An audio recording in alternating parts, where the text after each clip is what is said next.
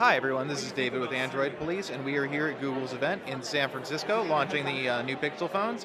Google has a number of things on demo here, but what you're most interested in is what I'm holding here, or potentially the large version of it. This is the regular Pixel phone in the really blue finish, which will, for a limited time, be exclusive to the United States. Google will roll it out to other countries eventually. It's not clear when exactly. So like I said, this is the standard Pixel, the 5-inch model that retails here in the US for $649 for the 32GB version.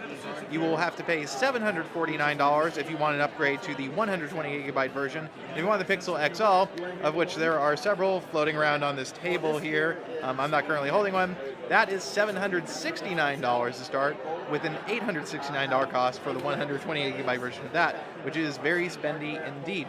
But let's look at the phone and a little bit about software.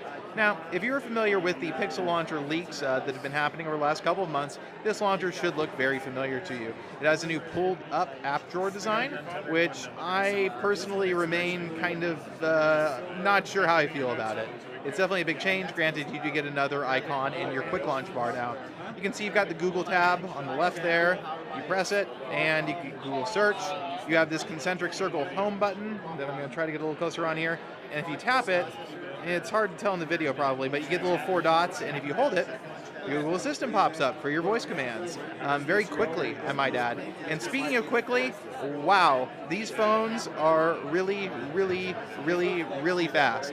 Google isn't really discussing specifics on performance optimizations, but as far as the hardware goes, the Snapdragon 821 chip brings LPDDR4 RAM, obviously a much quicker CPU core than last year's Snapdragon 810, along with UFS 2.0 storage instead of eMMC. So even under the hood, as far as hardware is concerned, these phones should feel much faster just by default. But Google has gone a step beyond that, and they've made some major improvements to touch latency and general system responsiveness.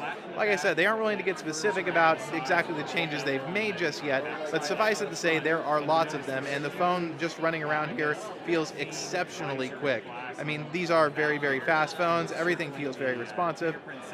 Getting back to software features, though, you can see you've got the support tab, which appears to be a permanent fixture in the settings app, which is an interesting choice, but if Google wants to target mass market consumers, maybe that makes more sense. You can chat with the Google system rep, send your information, blah, blah, blah. Let's go back to the gestures. We talked about these a while back.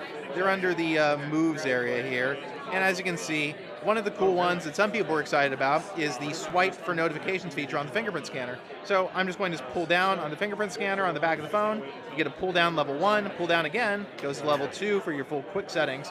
Could be handy if you like that, and you can swipe up to collapse it back down. You can jump to the camera by doing a double twist. Let's see if I can get that to work. That's a little bit harder. I'm really bad at these gesture things. I might just suck at it. I'm not sure. There's also, oh wait, I think this is the flip camera that we want to enable. Let's try it again. Maybe not. Well, I may just be bad at this. It may just not be working right. I'll show you how quick the camera boots up, though. It is pretty impressive. Wrong button. It's really, really fast. Google says they've made some significant improvements to the HDR algorithm. Some of this has been allowed by the newer image signal processors and the Snapdragon 821 chip that allows them to speed up HDR Plus very significantly. So the processing time for photos should be much shorter than it was before, and the shutter lag should be substantially reduced as well. The actual camera tech and sensor tech feel probably fairly similar to last year's phones. I'm not too familiar with the actual technical specifications. As far as the look of the software, it's basically what we expected. This is Android 7.1. We can show you in the settings menu here. You see About Phone, Android 7.1, with an October 5th security patch level. And it generally looks like Android 7.0, just with a new launcher and some extra features in the settings menu. Now, one neat feature that we did talk about that you may have missed, though, that some people will probably or undoubtedly be happy to see, is if we get into display here. Sorry, I'm looking at my camera viewfinder and it's very hard to see. You can see there's a nightlight option. And so this will tint the screen at night. You can set up rules when it comes on to reduce the brightness of the blue pixels on the AMOLED display. This is very similar to Night Shift by Apple, Samsung's new blue light filter on the Galaxy Note 7. So it's definitely a valuable feature, nice to have for sure. There might be a few other things hiding in here that I'm not aware of, but out of the box you also get Google's brand new seamless updates that were introduced as part of Android 7.0. The Pixel phones will be the very first devices to offer seamless updates on Android. Seamless updates probably won't come to any older devices. Google said that when they announced them. It would be too difficult, require major repartitioning of the storage to achieve, and it just wouldn't be probably a good experience to try to implement. So these will be the first phones where you will download a system update in the background, it will install, and you'll just reboot the phone, and it's going to be updated, which should be great now that you're getting monthly security patches.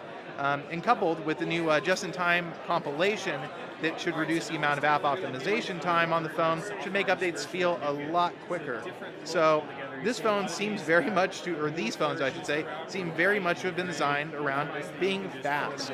And that seems to be, a good priority to have for Google. Now, other things that I can't really talk to you about right now, obviously, can't tell you how long the battery is going to last. I can't really tell you how good the camera is. I can tell you, hardware as far as look and feel. I really like the blue version. A lot of people do not like the white front though, because you have that sensor window right there, and the blue outline is contrasting, and it's a matter of personal taste. I will say the blue has me a little starstruck right now. Whether that will be true, a month from now, I don't really know, but I like it, definitely. And as far as the bezels, well, they are what they are. They are pretty chunky on this regular Pixel. They are a little less apparent on the XL, of course, just owing to proportions. But overall, the phone feels nice to hold. And actually, Google talked about this briefly. It's very hard to see on camera, but the phone is actually thinner at the bottom than it is at the top. You might be able to just barely kind of perceive that here on camera. So Google's idea is that, the phone should be easier to hold at the bottom, and it's thicker at the top, where the thickness doesn't really matter to ergonomics as much. I would also guess that it's thicker at the top so that they could avoid having a camera hump, which is clever, definitely. As far as functional uses for this back window right here, this little glass piece, well, it does allow the NFC signal to get through the body of the phone more easily. Other than that, though, it really doesn't serve many functional purposes. It is mostly a design element. There's no wireless charging, as some people may have speculated. And speaking of charging, it is presumably the same USB specification as last year, 15 watts over USB Type-C with Google's chargers. Just kind of what we expected on, or had on last year's Nexus phones in that respect. The screen is a very hard thing to judge right now. The lighting in this room is pretty awful, unfortunately. So everything looks very yellow. Don't judge the screen by what you're seeing on the camera right here. As far as the Pixel XL is concerned, it's the same phone with a bigger screen and a bigger battery and a higher density resolution to accommodate for VR and such. The regular Pixel does work with VR. So I'm not going to really show the Pixel XL in this video. I don't have anything for good scale to compare it to. You get most of what you need to know just by looking at the regular phone. They start on pre-order today, and like I said, this really blue version will be a temporary US exclusive. Will come to other countries later. As far as the other colors, those are available, and all colors of the phone are available in 32 or 128 gigabyte variants. This video is already running really long, so thanks for watching, everybody, and we'll have a lot more Pixel phone coverage to bring you in the coming weeks and probably months.